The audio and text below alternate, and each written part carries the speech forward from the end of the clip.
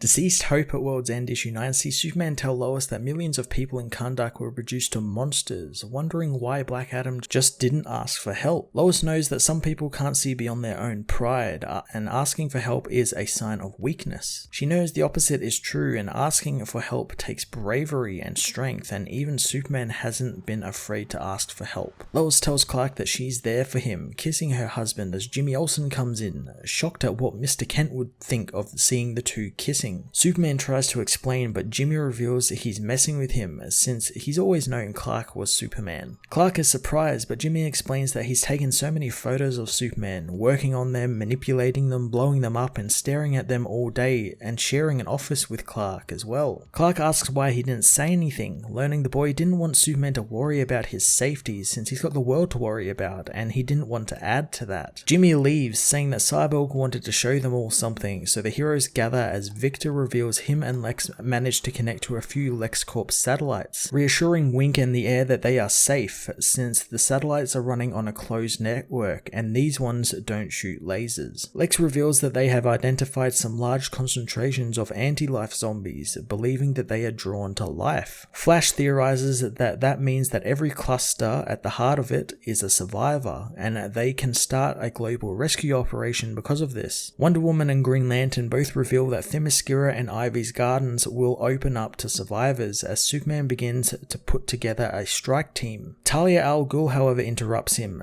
saying that putting the last of humanity into two locations is a bad idea, embarrassing Damian with her outburst. Talia doesn't care since these heroes are creating an all-you-can-kill buffet for the undead, and instead of getting those survivors, they should attack these concentrations and wipe them out. Lex agrees with her as Talia says Superman can disintegrate these zombies just by looking at them, so he needs to put his moral code aside and wipe them out. Lois tells Talia to back off as Damien and John enjoy watching their mothers fighting. Lois says that they are not throwing away billions of lives, but Talia knows that they aren't alive, turning to Wonder Woman for assistance, knowing this is a war and she knows war. Wonder Woman says that she has fought by Superman's side in many wars and he has never taken a life, and they have won every battle they have fought together in. Cyborg says that he doesn't believe these zombies are alive, but Superman apologizes, knowing that while some agree with Talia, he will never give up on the people, not when there is a single sliver of hope that they can be saved, since they are all better than that and they have to be. Talia says that Clark is worse than Batman ever was, which the hero takes as a compliment as Cyborg wishes to send a team to Central City, since something strange is happening there. At Central City, Police Chief David Singh's apartment door is blown in by the Horde, but he manages to barricade the door as Pied Piper continues to play his song on the flute, trying to keep the Horde at bay. Hartley says that he can't control the Horde,